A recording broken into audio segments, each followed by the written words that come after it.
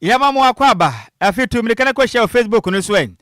Na kasebo no ehunfo ne videos nya yemfa nso mo kasebo num. Yen sha kasebo na se every Ghana man panyin. John Dramani Mahama na kachi. Na meka say Ghana man panyin de nkata abonten. E kire mu say ogina o man Ghana mamra metre article 91 NF 202. O man Ghana mamra emfempem eye dunkro na de okrom yenumu. Ya mamlanim abon homoden ana afenso one Council of State aka bomba akopɛ ato adwen ma make say openi pro no ne den di COP Christian tete yehono no o ma meye Inspector General of Police o ba beye post say na bebo adwumade magana ya kwena ma homa monsem so ne matuma de hini ye pam ne ba obey oba be hye COP Dr. George Ekufu Dampade anan na COP yehono no make say no posi adwuman wadi baburu vinhia aduanan 40 years ene ne money ye ne senti ye kasua hunu pa posi adwuman ma wakodam ye papa sabe owonim dia nyansan so adura ne se ma kwan wo de fa so di dwuma se posi ni aba fo kwan so ro wasante tie ne nyansan nti Ghana man pani asono ni se opani oboni di mo be posi sign no be bo na o man Ghana ho ba mbonsem niama etumi kwaso ye pam na Ghana man pani kirem se opani pa ne din COP eye Christian tete yohoni ojide odimu se obesom Ghana empunto beba ana afenso titiriu ana homba mbonsem no magana mu no ebeto de mamai ye ho atomato ye pa na krate opani pa ne sasase no aya Felix ofosuko ache ono oyamase badwani adema adehia wonom ewo abra asebu asaman kase ono wanso na yakasamafo edema omampani atena nsa ehekate wo yazemika se de Ghana mampani abo COP Christian tete yehonu so no ene meye posi sahine fansom o my Ghana posi foko ni Sikapa ensa chane nyaba sendo edika kan se ejebo ejanya beduntine we de edikan senior man oba COP Christian tete yohono no so obehia mpaibo obehia se obai yakopon mo no ho ban no meye dwumade nti yema mpae ma no won ene senior mpaibo nie No, I didn't declare, Father, in the name of Jesus. Anyway, one baboni, COP Christian, Tete Yehono. Aha, what's it there? New IG. And nothing so, dear Okono, Dr. George, Ekufu Dampade, so Oko. Yanko Pom Mon Hopine. Non funny, see, maybe say you my bar born Ghana for. I swear, and into no sofa tampa bana. Oh, here, Senior, was some pie boni. No, I didn't declare, Father, in the name of Jesus. Is it Kakasa Bona official? It's official. DLFM 106.9. Yanto akase ebone so na chese IGP hu sensema na eda so gina 500 de na Ghana for debate ankasa ane ye wo man mu esanse obia eka na adwo obia kire na adwen e de afansesan ya aba wo eye IGP eye adwumako omudi no mo kire eye president e de ma Imani Africa eye Franklin Kujo e de abetudwa na o kire se adenti na wo so man pani bia obeba so bia no otim eba security agencies na otimi ye obia keke e de free honum na de obia be she honum my hadwin ye papa esanse endra o de betudwa se eye Dr. George Ekufu Dampade ya de a obo dwuma odi dwumadi ekson kokra wo man esanse ni dwuma odi de ho te papa na nya de a waye boni bia nti adenti no mampani waba no waba be yi na free so e de onipa foforo aba be susu nya de ono de obeti ase da nti ya de ode ye mampani e be fa emra kwan so na chese e ba security agencies na ye omo dano no se aban foforo ba ehun hia so mbe yi omo free wo so mudi dwumadie no nko ade a e wo so omo bomode an no mo maintain wo msa ne e be ye oman Ghana so ye betimi etumpo esanse eye article 200 eye 202 eye clause 1 ene 269 e de no 1992 constitution nim no e kire se eye president of Republic of Ghana no enu kwan bia so be yi obi anaso be appoint obi se omra meya head of agencies inteyade a asem we de omode be court ye pan esanse ba eye fire service, prison service, immigration service, any police service na ehun hia se eye se omampani obeba no ebe yi head no edi free on to mudi ko Supreme Court inte ye May 7th e won fimpim mienu ne aduonu num numu eye ade ombekọ na fe omakoka asem no Se we de duabo bi anim. Oduabo anim. Aha, we de mo kaka na bokọ na adwobro mra ne ho ba bi asusan. E de bodo hono be den. E be fa ba na no nkofo de mo ka sese hwe ne ye na se o man sa nka mo ne mo bebodua o. So o ka sa nkofo. Mekai pa. Okay o. Mekai. Yenti o mo mre. Agyei, ye be boni dua me de masama no. Kwadwo, wo ban no, papa ne. Agyei, ye be boni dua me de masama no. Sika. Kwadwo. Krom na de ensem wa ha o. Pa. Enye yize kra. Say de bi mu de o mo de court, de bi su da ha obru nua. Top anything. Me bia me de pa no. O sha se se na o kan na ya mesiri no, o de tie bi o. Kwadwo, wo ban no, papa ne. Agyei, ye be boni dua me de masama no. Na sema no. We de nye duabo. Obeka satin. David we de ye long talk bia. Ye nto aka se bo no so de si ya na ye no. Aha. Ye ko ye de mana Ghana man pani John Dramani Mahama. Wa ka se kire mi se Oma ye timi sababa tena oma Ghana banwa so. No bo no homoden se eye state owned enterprises no. Abanwuma ne ya bo obi din so nkonkosom bosum du aba betua ne kanti.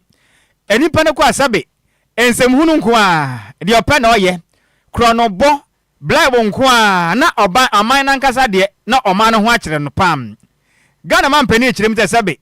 Sansem hunu we no so da na abanya abai ye. Wabo din se bosom na bam titiriw ni nnwuma hodo a ewo amanima ya bande no. Wabo din se kosom na se okona se be ukodi nsem hunu kodi sika na so ochewa on. Obatwu bia e de afa otu se tre na chena moja nwunu pam. Ghana man pani se yanka nkyere won wabo made apa o madwuma so nkwa da institutions ahodo na no se. Efri neko emra oman Ghana ya foto sanfo kopia mase betwam na ode oman Ghana kwa mabo hu sika eba no o kire mu se abanye atwa mu. Anybody of adwuma kwabo adwuma den e wo government institutions ahodo ni monu sika wo madie ni se benye sika kuma na so meka sei yentumi anche obi anje sika fanfin we e maga nko yanim da ne senti ye kwa na nim no sabe sansem hunu we ne de ebi nsi so da wana ba mu da Ghana man penin se yenka nkere wo bia se free na ko wabo wode apa adwuma se kwabo adwuma so kwa koye adwuma o my Ghana ye enterprise ana se institutions ri bim na kodi sika de a danto wase ma waso ye ba shikrom hanu mo no obetwu dia Ghana man penny John Dramani same say These will no longer be tolerated. They will be swiftly reformed, they will be merged, privatized, or shut down. The 2023 State Ownership Report produced by the State Interest and Governance Authority, SIGA, reveals the inefficiencies affecting many of our SOEs. And this demands that we act with conviction and courage to tackle the systemic challenges confronting these enterprises. Many of our specified entities have operated inefficiently for far too long. They've been burdened by waste, underperformance, conflict of interest, and a complete detachment from national interest. Many of our SOEs have been used as mere instruments for generating personal wealth for persons appointed to positions within the entity. And who are the ones responsible for this situation? It's the chief executives, the management, and the management boards of these enterprises. Some of these enterprises have become perennial loss makers, draining public funds with bloated budgets, unjustified allowances and perks, and unnecessary expenditures while relying on government bailouts as if they were entitled to them. Indeed, many of your entities are at their lowest point in the entire history of the Fourth Republic. Ladies and gentlemen, the era of impunity, mediocrity, and financial recklessness must end today. I'm happy you clapped. It's not going to be business as usual. We are going to reset your entities. Corruption, procurement fraud, and financial mismanagement will be prosecuted strictly, and boards that rubber stamp poor decisions will be replaced. The practice also of, in a few cases, using entity resources and funds to indemnify board members from accountability must cease immediately. SOEs must deliver strategic value, particularly in energy, transport, manufacturing, agriculture, and finance. Any awoti ye Ghana man penny. Berema Obuada, John Dramani Mahama, and I see and can't tell more from a human say, ye, money now. If you say, when I am from Zobachudia, Edia for 2 p.m. more genuine, let's not hear dear, weapon home. Yanto akasiabone so na finance minister Dr. Kwadwo Adwoa forcing Andra ya wo Adwoa Sammy ne de to so du miensa and the bills in what we call machebe fie omo hwe anim se ombetimi etwa taxes no wo oman ye levy ne betting tax no ombetimi etwetwetwem se ne be ya bibia betimi akoso ye ede amawom esan se ye NDC for manifesto pledge no mo de bae no omo kire se ye hawa sikasem hawa no wo man Ghana so no omo ba ombetimi eye free on omo hwe anim se taxes no ombetimi eye free honum se ne be ya omo so dwumadie ene bo shon be hye no ebetimi abem. The amendment before us is seeking to remove the withholding tax on bet winnings.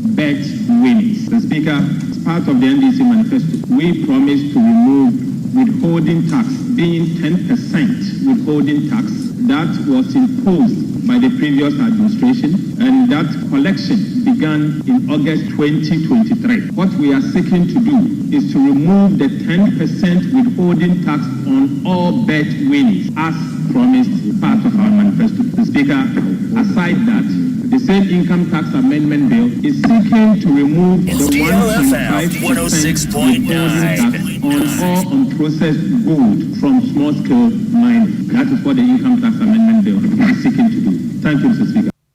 Enia uti ye finance minister Dr. Kwadwo Adwoa forcing. Esika se Ghana investors ne hu se ba wetwitwa yi levy ne betting tax ne mu a. Sa ya omoto nwom ohun. Omoto.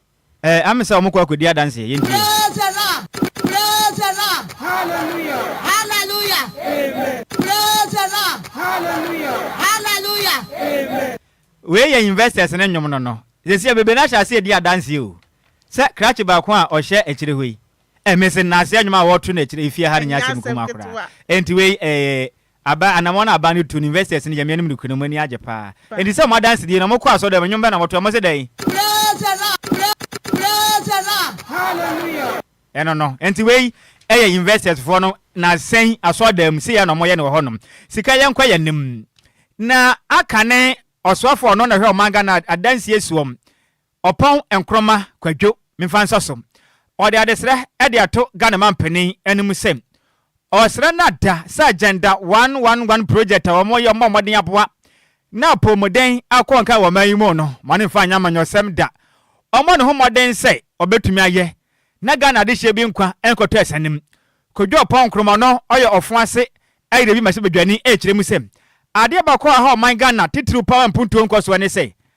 Ababi ba no be ya adwuma na sanema no abani fra konwa so ne nyina kan sensemme.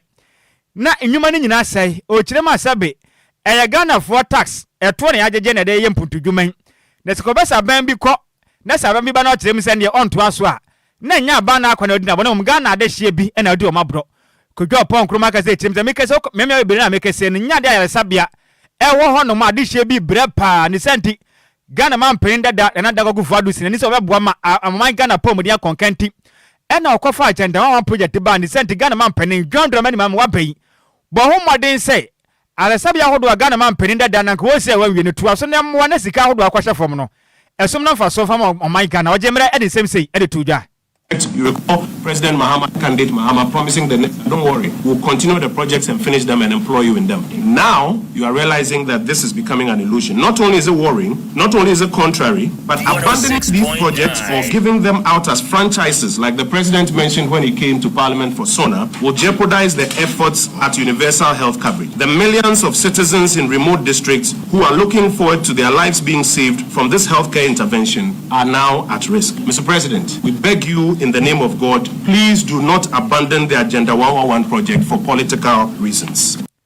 Eti Kwadwo opon enkroma na ate ne kan ye no wachi ana wose yen kan kira Ghana man penin John Dramani Mahama se osra wada wo hwe sika hodo aso do abeye mpuntudwuma ne de anyamia ne munukure ni esu akra ohun se wo ntumi nya committed M1 suma man sumpada eviza wo hwe budget allocation na wo de ko infrastructure na development ne de anyamia ne munukure ni M1 akra de Ghana man penin so percent mpuntu ba o man mu de titiri ene impuntudwuma de a ba ho modern sika de ba yi akwama ba sika fa impuntudwuma ho ne so anti tumenkyere na mo ne sika mo kwakodo mo aso ye no emodododo Infrastructure investments are known to be a key if you want to open up, grow the economy, create more jobs. Unfortunately, however, the government has taken the necessary budget allocations to give meaning to even their own planned infrastructure program.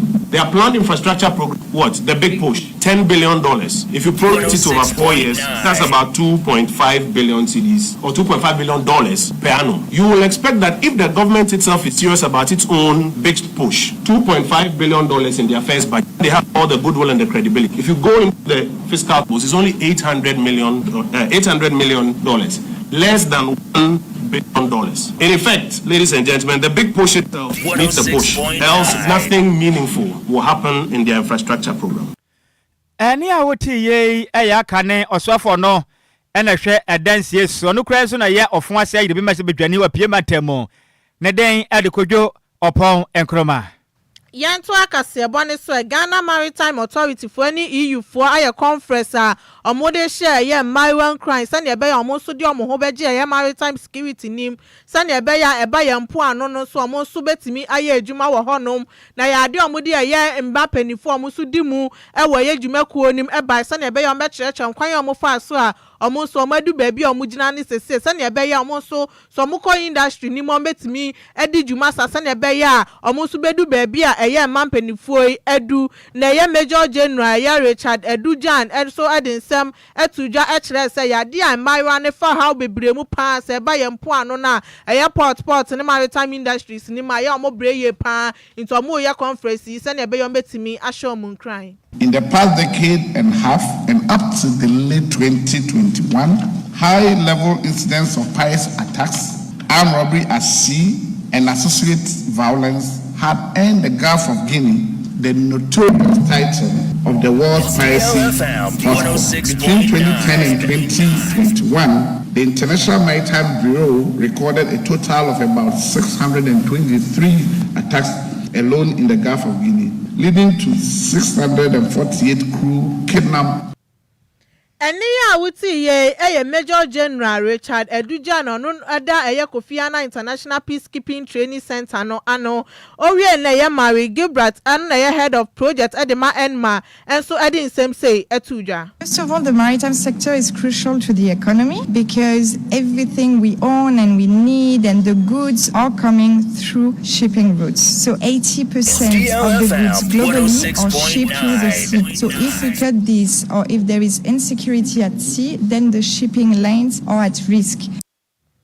Eniya wuti ye Maria Gilbert on the head of projects Edema Enma na ne krakram na Commander Faustina Anoche on the kita ye highest rank female officer ewo Ghana Navy nim enso share ye Maria ni crime say dwumadi omo pese omundi na ebe bo omo pan to omo momodian no mo form ho ehim. Initiatives is sensitization and then letting people know that there are jobs out there at sea where women can also benefit. Education must go on. The stereotyping must stop.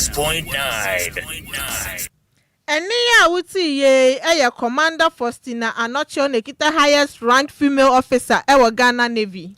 Yentu aka se won se ko piem ewo oti mantena meka se no adwumaku a enhye abanya se ye kan non-governmental organization edin a eda wono so aye Fountain of Comfort Foundation wono ma hyase etu anampa atimi aboa e ma de so mo oti mantemu so titire fa adusua ehun sensem ho no na matimi akwankan ede ama mantam ne pam na mpanifo kirem se mko piem oti mantanu mo no ye adusua hun sensem na suku dan wo hwe a sabe asesumina so de yemfa nya hwe omo kirem enkwankan ye kura fenso enema wodo a chekere fo de kira de no ye ebi ni honom amofra ni mpontimi nya textbooks emfa nsua de o kirem mu oya pan senti enkonwa hodo ne ma ebe hina mo de aboa ama school fo no so manyanim de ehomesum ne executive director Edema Fountain of Comfort Foundation e comfortata e ka se kirem se anama muto ba boa pa ma se de amofra na numa visa sabe wo ba ka bo tema mofra na ni agye pa na so komia me ahodo obi aye adesua ho sensem sabe ko hwe obi pa ne pie toto a ye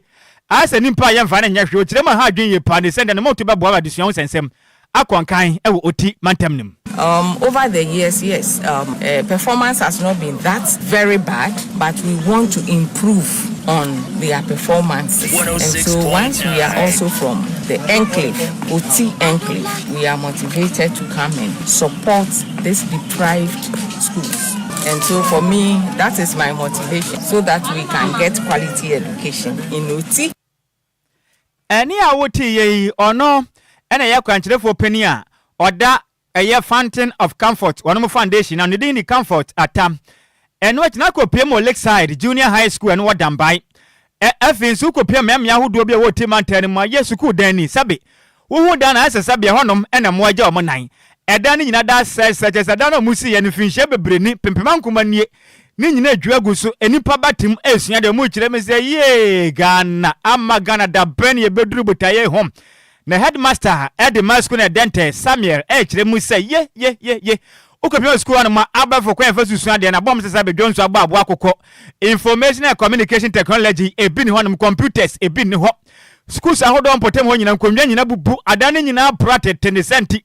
And a month before to Babba Madusia, a concain, Elon Potem, Ehonum. We have a mono Texas, almost 54, which are not enough. And then again, see our infrastructure. The uncompleted the soil building, I think it needed to be completed as well. We are thinking of creating an ICT lab here because we have cluster of schools. And so if again he can help us or any NGO can come to our aid, we'll be much grateful. Any awoti yoko piemum.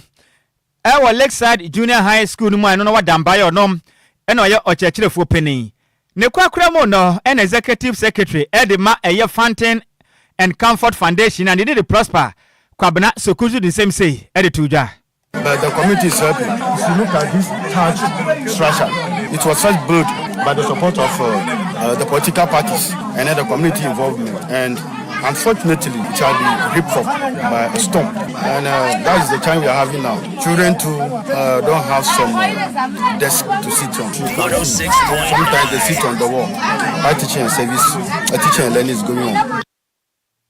Any awoti eko PM oti mantani ma ye or boy madinye pa ewa hono mono ona ye executive secretary Edema Fountain and Comfort Foundation no ne den ede prosper kwabena sekune ne ana oti ye Yanto akasiabone so ewe nije diemu ana Chief Executive Officer Edema Ghana Tourism Authority ya Mrs. Mamie Fua Hojato Edi sama betuja esisudu ya se ya dia how bebre na ewo eya tourism sector honom no mbebo modian so mbema impuntu aba hon mesan se abra okonsra hwe Accra eya Independence Square no ana oche se so mbebo modian no ma ahunidie ho nsem ekoso ewo site honom ni titru eni ye beaches nesan se beach no okọ honom aya na mafo bebre na etimi eco beach no eno so abeye key asset edi Ghana tourism industry ni ye pa nti eba ahunidie ho nsem Sombo Modiano Momano Ekosu Wahonom, Oriana Nayeni Deputy CEO, Mr. Gilbert Abeku Agri Santana,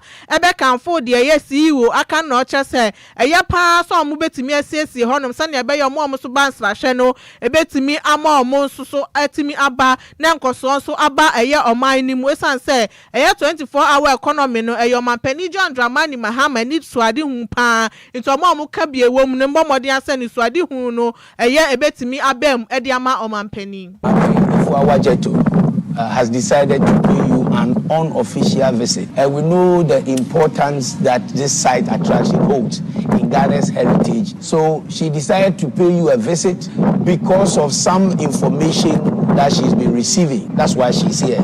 First and foremost, to acquaint herself with the environment and know the people who are working here. This is a free site attraction, meaning people don't pay entrance fee to access this attraction. But the place is being managed by the national security. However, we have self-volunteered tour guides who operate here in the discharge of their duties. If anything goes wrong, the Ghana Tourism Authority will be blamed.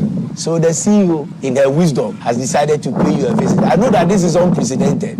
Yes.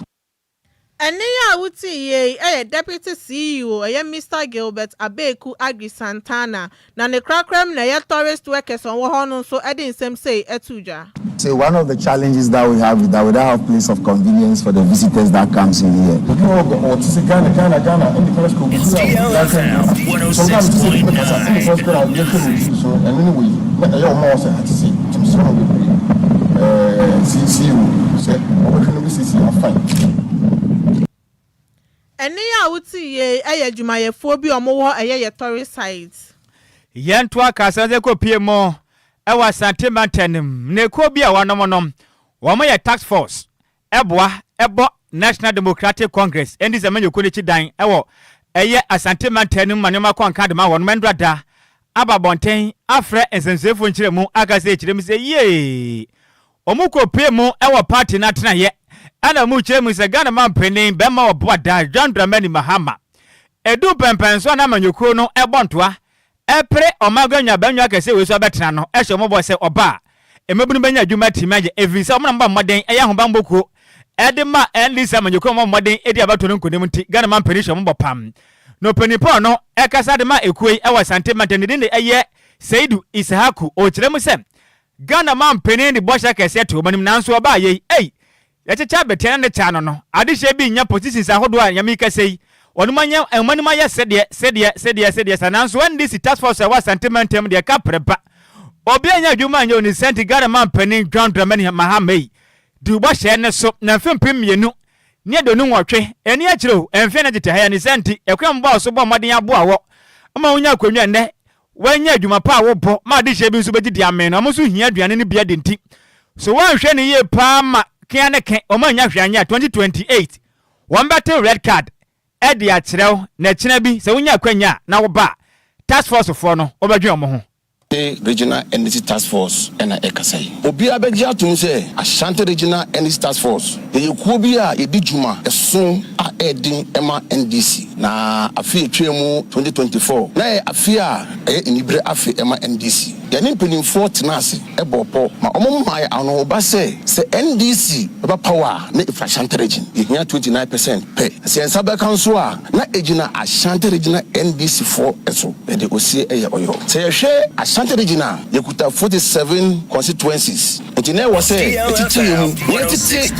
force on Yabia, in Ekwakodu, Yedi Sika, Yedi Holding, Yedi Nyansa, and a Shas say Yeti, Sa task forces. Yes, you say your profile am holding, says you Yedia, Domijan Omasabeka. Ojuma Amukas Ompe, 29% no. Yeah, a Juman and 35% are Obiano of Fair Task Force Danasi, from region to national. Obiano of in the back from Yajumanu. Ya ejina ya ejuma no nti wo de wo sen eba bobo agye edin e ma we fa we soft na enu se besre ene ye 3 months to 4 months aye hwe bo ada e say ye hu se yanka se yetiri hu a e be yi ka fefe mpeni fo so se ye tete abetie no ani cha no nti e be ya nhwe han e ma ya tena ase e ma 4 months na ba na kwa 4 years ana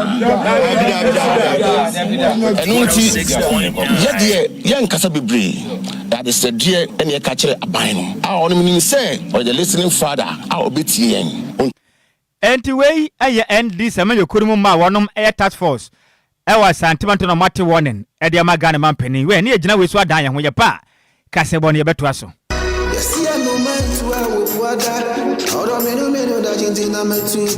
Makwantu ohunsam ayemedadwen nanso meyensam tronenti menya daje yehwehwemu ekohu Sunday Sam's consult na wonum nti ende metimi ba menya brane adaje ekenkan ye investigations about womo ana mehu se wo apply for visa assistance a emfeli efri se wonum ewo track records madanse die nie ma menintrel Sunday Sam's consult edi Britia webi ebeje wo visa amount. Say we call United Kingdom, Canada, Dubai, Poland, Croatia, Nafe Kradia, Serbia, any Greece in so abeka ho work permit ethetri. Ma menchira wo mo etri kwan. Sunday Sam's consult ewo Ofanko barrier. Asofan our Ben Wise Park Hotel. Ewo Asofan New Station honomo. Phone number 0244 291546. Email address nso samuelowusu626@gmail.com. Yeti ehudi enti we connect dreams with opportunities. Emanenye wadwendwen frɛ wonom na nso bedi adanse empo asede media 106.9 Yamamu akwaba afi yankenkan Ghana fo adwenkyere mfama mwe ewo Facebook no so we every dialect ayete na ochire mi say good afternoon senior yanso ya jo so ye pa we free Nana Kwame Opasco Newman na ochire mi so hwe live a different Sanwam government hospital na ochire mi say Ghana man penin John Dramani omamode ama wakwanya say ma difference mra brabo imu na nyuma mus na Ghana fo nya adwuma nye na so mo hwe kwan hodo wafa so wapaw IGP fufuro we kura na kire se we enkwa nka na kra mama nka na brofo no kakra James we gave the NDC government a chance to make a difference but so far it's been business as usual says we the adwuma o ma hwehwe adwuma agenda nko James the latest IGP appointment is just a drop in the ocean. When will they tackle the rare issues affecting Ghanaians? I don't know.